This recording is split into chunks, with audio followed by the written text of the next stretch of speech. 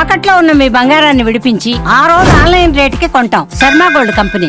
నమస్కారం, welcome to Suman TV. నేను గీతాంజలి. ప్రస్తుతం మనతో పాటు భారతీయ శంకరపీఠం వ్యవస్థాపకులు, ప్రముఖ ఆధ్యాత్మికవేత్త, బ్రహ్మశ్రీ అన్నవరపు తిరుపతిమూర్తి అవధాని గురువు గారు ఉన్నారు. వారితో మాట్లాడదాం. గురుగారు నమస్కారం అండి. ఓం శ్రీ మహాగణాధిపతయే నమః. గురుగారు, జూన్ 1వ తారీఖున షష్ఠి వచ్చింది. ఆ రోజు ప్రత్యేకం ఏంటండి? ఏమైనా పరిహారాలు చేసుకుంటే మంచిదంటారా? అసలు ఏమిటి విశేషం? ఓం నమో అస్తు సర్పేభ్యో ఏ కేచ పృథివీమను ఏ అంతరిక్షే ఏ దివితేభ్యః సర్పేభ్యో నమః ఏ దోరోచనే దివో ఏ వా సూర్యస్య రశ్మిషు ఏషామప్సు సదః కృతం తేభ్యః సర్పేభ్యో నమః యా ఇషవో యాతు ధానానాం ఏ వా వనస్పతిగుం నను ఏ వా వటేషు శేరతే తేభ్యః సర్పేభ్యో నమః తత్పురుషాయ విద్మహే మహాసేనాయ ధీమహి తన్నః షణ్ముఖః ప్రచోదయాతు. అదేంటండి, షష్ఠి కదా, 1వ తారీఖు అడిగితే మీరేదో సర్పం అన్నారు, పామన్నారు, సుబ్రహ్మణ్యం అన్నారు. సంబంధం ఏంటండి అంటే ఆ రోజు ఆశ్లేష నక్షత్రం అండి, ఆదివారం షష్ఠి. కొన్ని యోగాలు ఏ కారణం చేత తప్పితే కలిసి రావు అనడానికి ఉదాహరణ ఇవన్నీ కూడా మనకు కళ్ళ కనిపిస్తుంటాయి. అలా ఎంతో యోగం ఉంటేనే ఇటువంటి కొన్ని కలిసి వస్తాయి. ఆశ్లేషాంచం కర్కాటకం. ఈ ఆశ్లేష నక్షత్రం ఆ రోజు, దాని గురించి సంబంధం లేకపోయినా ఒక విషయం చెప్పి ముందుకెళ్దామండి. అంటే ఎందుకు చెప్పాల్సి వచ్చింది అంటే, 2 రోజుల క్రితం దీని మీద కొన్ని డిస్కషన్స్ జరిగాయి. రేపు షష్ఠి ఆదివారం ఆశ్లేష నక్షత్రం వస్తుంది కాబట్టి ఆశ్లేష బలి చేయాలి అని చెప్పి, ఆశ్లేష నక్షత్రంలో పుట్టిన వాళ్ళకి చాలా దోషం. ఆశ్లేష నక్షత్రంలో పుట్టినంత మాత్రం ఆశ్లేష బలి చేయాలి అనేటువంటిది ఏ ప్రమాణము లేదు. ఏ ప్రమాణం ఎక్కడ లేదు. ఆశ్లేష నక్షత్రంలో పుట్టారు కాబట్టి ఆశ్లేష బలి బుక్ చేసుకోవాలి, లేదంటే ఏవో రకరకాలుగా చూస్తున్నాం. ఈ మధ్యన ఫేస్బుక్లో కూడా ఏవో మీరు బుక్ చేసుకోండి ఇప్పుడే అని వస్తున్నాయి. ఏంటని చూస్తే షష్ఠి ఆదివారం ఆశ్లేష నక్షత్రం కాబట్టి, ఆశ్లేష నక్షత్రం వచ్చింది కాబట్టి ఆశ్లేష బలి చేయాలా? ఎందుకు చేయాలి? ఈ మాట ఎందుకు చెప్పారంటే, ఏ పరిస్థితుల్లో కూడా ఆశ్లేష బలి అనేటువంటిది మనకు అనవసరము. ఆ రోజుకి అసలు ఆశ్లేష బలికి దీనికి సంబంధం లేదు. ఆ రోజుకి ఆశ్లేష బలికి అసలు సంబంధం లేదు. 2, ఆశ్లేష బలి ఎవరు పడితే వారు చేసుకోకూడదు, ఎలా పడితే అలా చేయకూడదు. ఏదో ఒక పాము బొమ్మ వేసేస్తాను, రకరకాలు చేస్తాం, అవన్నీ పనికిరావు, జాగ్రత్త. అటువంటిది ఏదైనా మీ వద్దకు వచ్చింది అంటే ఒక్కసారి దాని గురించి అవగాహన ఉన్నటువంటి వ్యక్తికి, అంటే నాకే చేయమన్నట్లా అవగాహన ఉన్న వ్యక్తికి చేసి, అయ్యా ఇలా మమ్మల్ని చేసుకోమంటారు, ఎంతవరకు కరెక్ట్ అనేటువంటి విషయాన్ని క్లారిటీ తీసుకోండి. చేయరాంది చేసిన దోషమే. ఎవడు పడితే వాడు ఎలా పడితే అట్లా ఆశ్లేష నక్షత్ర శాంతులు దోషానికి శాంతి ప్రయోగాలు చేయించడానికి అర్హతలు లేవు. ఇది ముందు తెలుసుకోవాలి ప్రధానంగా. అయితే ఇది ఒకటి. 2, మరి ఆ రోజు ఏం చేసుకోవాలి అంటే, చక్కగా సుబ్రహ్మణ్యేశ్వర స్వామి వారికి అభిషేకం చేసుకోండి. అంటే కాలసర్పదోషం కావచ్చు, సర్పదోషం కావచ్చు, కుజదోషం కావచ్చు, ఇవి ఏవైనా ఉండి ముందుకు వెళ్ళలేక 36 సంవత్సరాలు దాటింది, వివాహం కావట్లేదు, ఏవో ప్రయత్నాలు చేసాం, వివాహం కావట్లేదు, జీవితం గడవట్ల, ముందుకి ఎలా వెళ్ళాలి అర్థం కావట్లేదు, అగమ్యగోచరం అయిపోయింది అనుకున్నప్పుడు చక్కగా సుబ్రహ్మణ్యోగం ఇంద్రాగచ్చ హరివాగచ్చ మేతాతిథే చెప్పి అరుణంలో చెప్పబడి ఉందమ్మా కొన్ని. అలాగే ఇందాక హోత్రా అని చెప్పా. ఆ మంత్రం ఎంత విశేషమైంది అంటే, ఆ మంత్రాన్ని పారాయణ చేస్తూ పాము పుట్టలో చేపెట్టి మనం బయటికి తెచ్చాము. పాము కాటేదు. ఎక్కడన్నా పాము వచ్చి హల్చల్ చేస్తుంది అన్నప్పుడు ఆ మంత్రాన్ని తప్పు లేకుండా కనుక చెప్పి నమస్కారం చేస్తే అది వెళ్ళిపోతుంది అక్కడి నుంచి. అంత గొప్పది ఆ మంత్రం. అందుకని చాలా జాగ్రత్తగా చెప్పుంటారు ఆ మంత్రం వచ్చేటప్పటికి. హోత్రా ఆహారం మొదలు పెడితే అక్షర దోషం లేకుండా ఒళ్ళు దగ్గర పెట్టుకొని ఆ మంత్రాన్ని మాత్రం పారాయణ చేయండి. ఎందువలనంటే ఆ పరిధిలో సర్పం ఉంది అంటే వెళ్ళిపోతుంది అక్కడి నుంచి. భయం కాదు, దానికి తృప్తి. అటువంటిది సుబ్రహ్మణ్యేశ్వర స్వామి వారికి ఆ రోజు నాడు విశేషంగా కనుక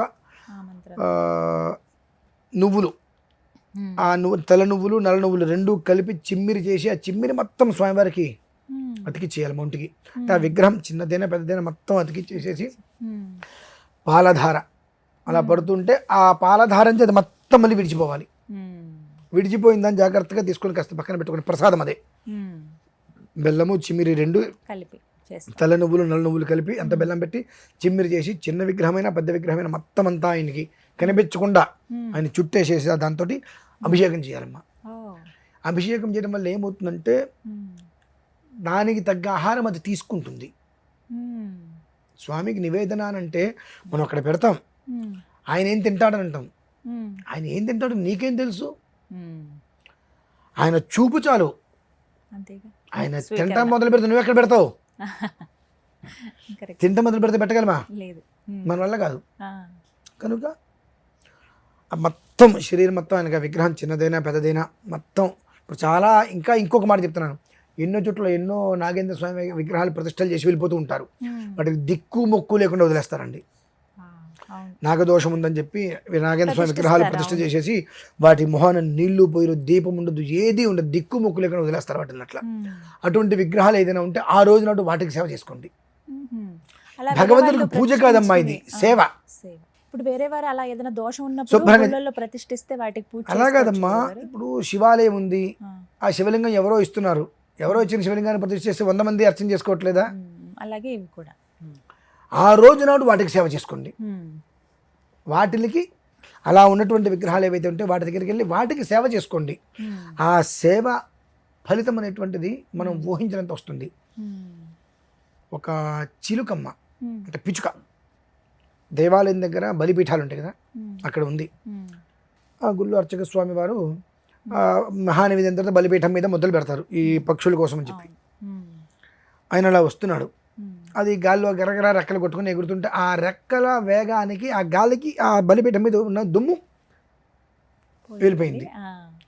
అంటే తనకు తెలియకుండా అప్రయత్నంగా ఆ రెక్కలు బాగా గిలగిలా కొట్టుకుని ఎగిరే ప్రయత్నంలో ఆ రెక్కల నుంచి వచ్చినటువంటి గాలికి అక్కడ దుమ్ము వెళ్ళిపోవటం వలన మరుసటి జన్మలో మహారాజుగా అంటే మహారాజుకు కొడుకుగా జన్మింపజేసి దివ్య దృష్టిని ప్రసాదించాడు భగవంతుడు.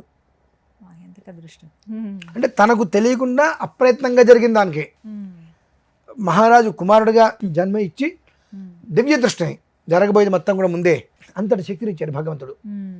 అటువంటి పూజా పునస్కారాలు లేకుండా గాలికి ధురికి వదిలేసేసి పెట్టి వెళ్ళిపోయిన వాటికి ఆ ఒక్కరోజు మీరు వెళ్ళి ఈ రకంగా సేవ చేసుకోగలిగితే దాని యొక్క పుణ్య ఫలం ఏ స్థాయిలో వస్తుందో మనం ఊహించుకోకర్లా. అది నీకు వంశవృద్ధి కలగచ్చు, అన్ని రకాలుగా ఏదైనా సరే వృద్ధికి మూలం. అందులో 6 అంటే 6 శత్రువులు మొత్తం నీకు నిర్వీర్యం అయిపోతారమ్మా. శత్రువు అనేటువంటి వ్యక్తి మనకున్నాడు. అలాగే ఆదివారం అనేటప్పటికండి సూర్యుడి యొక్క తేజస్సు, ఆ సూర్యకాంతి ఉంది అంటే అసలు అంతకుమించి కావాల్సింది ఉందమ్మా. గాయత్రి మంత్రానికి మూలం సూర్యనారాయణ స్వామి. చాలామంది గాయత్రి అమ్మవారు అంటారు, అసలు అమ్మవారికి ఆ మంత్రానికి సంబంధం లేదు. దాన్ని సావిత్రి మంత్రం అంటారు. తత్తు సవితు వరేణ్యం సూర్యనారాయణ స్వామి వారు కిరణాన్ని చూసినటువంటి మహామంత్రం అది. అది మేము రోజు అనుష్ఠానం చేస్తుంటే ఆ శక్తి ఎలా ఉంటుందో అటువంటిది ఆదివారం వచ్చింది. ఆ రోజు నాడు విశేషంగా ఆరాధన చేయడం వలన ఆ సూర్యకాంతి తేజస్సు ఆ కుటుంబంలో ప్రసరిస్తుంది. 6 ఆదివారం ఆశ్లేష నక్షత్రం అధిపతి కదా దానికి. మరి కాబట్టి మరి ఆశ్లేషాంచం కర్కాటకం అంటారు. సరే కర్కాటకం అంటే రాశి విధానం తీసి పక్కన పెట్టేద్దాం.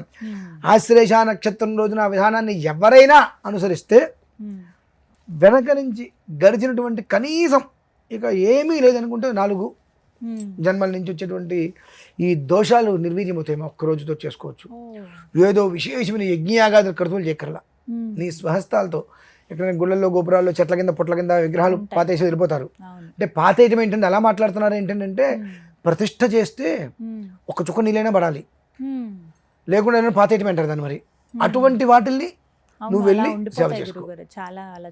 దానికి సేవ చేసుకో. నువ్వు దానికి సేవ చేసుకుంటే ఆ క్షణంలో ఆ మూర్తి పడేటువంటి సంతోషం ఎంతగా ఉంటుంది అంటే 9 మాసాలు కడుపులో ఉండేటువంటి బిడ్డ క్షేమాన్ని కోరి అన్ని జాగ్రత్తలు తీసుకుంటూ ఆమె ఇష్టాలన్నీ కూడా పక్కన పెట్టేసేసి ప్రాణానికి తెగించి ఉంటే ఉంటాం పోతే పోతామని చెప్పి అంత కడుపు కోత బాధ. అంటే ప్రసవించుంటే మరో జన్మే, ఉంటారో పోతారో తెలీదు.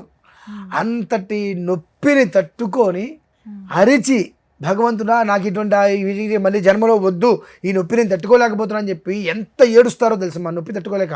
అరుపులు, అంత అరుపులు అరిచి ఏడుపేడు చేసేసి బాధపడి ఉంటామో పోతామో తెలియని స్టేజ్లో ప్రసవించిన తర్వాత అంత బాధ మర్చిపోయి ఆ పిల్లను ఇంటికి తీసుకుని ముద్దు పెట్టుకుంటుంటే వాళ్ళ వింటుంటే చూశారండి, అప్పటి వరకు పడ్డ బాధలో విత్ ఇన్ సెకండ్ కూడా వాళ్ళకి గుర్తుండదు. అంతకు మించిన ఆనందం భగవంతుడు ఇస్తాడమ్మా ఆ ఒక్కరోజు చేసుకోగలిగితే. అంతకు మించి కావాల్సిందే ఉంది. అది మాత్రం ప్రతి ఒక్క మనిషిని తప్పకుండా చేసుకోమని చెప్తా. అంతే. ఇందాక ఒక మాట మీకు మొట్టమొదటి జ్యేష్ఠమాసం గురించి ఒక వీడియో చెప్పాం మనం. జ్యేష్ఠో పితృసమాన అని కూడా ఒకటి ఉంది. జ్యేష్ఠమాసం మీరు ఏదైతే మొదలు పెట్టారో అది మీకు వృద్ధి కలుగుతుంది, వృద్ధి చెయ్యాలి అనేటువంటిది. జ్యేష్ఠమాసం మొదటిదే మంగళవారంతో వచ్చింది. మంగళముండు జయమంగళం నిత్య శుభమంగళం అన్నీ నీకు మంగళమే జరుగుతాయి. సవ్యంగా చేసుకో. ప్రతి దాన్ని ఒక గంట సమయం అయినా ఆ ఒక్కరోజు ఈ గడిచినటువంటి 20 సంవత్సరాలు గడవలసినటువంటి 40 సంవత్సరాల్లో ఆ ఒక్కరోజు ప్రధానంగా తీసుకో. భగవంతునికి మంచి యోగాన్ని ఇస్తారమ్మా. అంతకు మించిన యోగం ఇంకేం కావాలమ్మా? ప్రసవ వేదనను అనుభవించి, ప్రసూత వైరాగ్యం అంటారు కదా, ఆ ప్రసవ వేదన అనుభవించి అంత నరకయాతన అనుభవించి పుట్టగానే మొత్తం మర్చిపోయి బిడ్డను చూసి ఎంత ఆనందపడుతుందో ఆ తల్లి, అంతకు మించిన సంతోషం ఆయన పడి ఆవిడికి ఇస్తారమ్మా, ఆ పిల్లలకి ఇస్తారు. అంటే ఆ అత్యం చేసిన కుటుంబానికి ఆనందాన్ని ఇస్తాడు ఆయన. అంతకన్నా కావాల్సింది ఉందమ్మా. అదొక్కడే చేసుకోమని చెప్తాను. ధన్యవాదాలు గురుగారు. రమేశ్వర.